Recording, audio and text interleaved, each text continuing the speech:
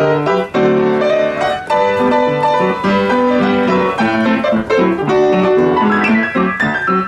a essayé de rassembler un maximum de food trucks à connotation vintage pour qu'il y ait un vrai lien et une vraie ressemblance avec les puces.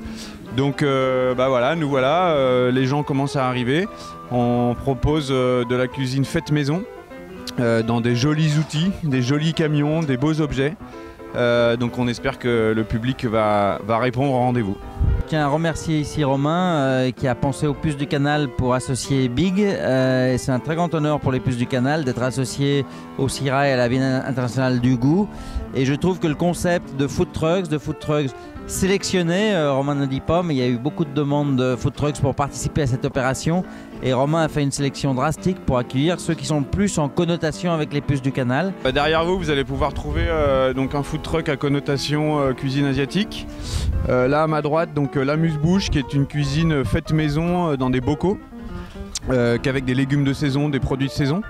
Ensuite, vous allez trouver le camion toqué qui est un food truck de burger, pareil, avec du pain fait maison, toutes les sauces sont faites maison.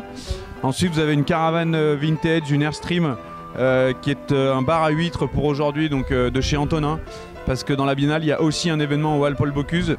Donc on se disait qu'il pouvait y avoir une petite caisse de résonance, c'était assez intéressant. Donc la maison Antonin a bien voulu jouer le jeu et a installé donc son bar à huîtres.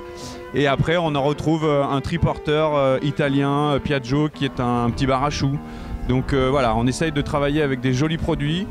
On est dans la Biennale internationale du goût. La modernité n'exclut pas de faire référence à l'authenticité, à l'histoire aussi des objets, et que ce soit ces food trucks qui sont magnifiques et ce qu'on va y manger, c'est tout à fait un lien avec ce que les gens viennent chercher aux puces du Canal. C'est une très belle initiative et je suis content que les puces du Canal y trouvent toute leur place un dimanche matin.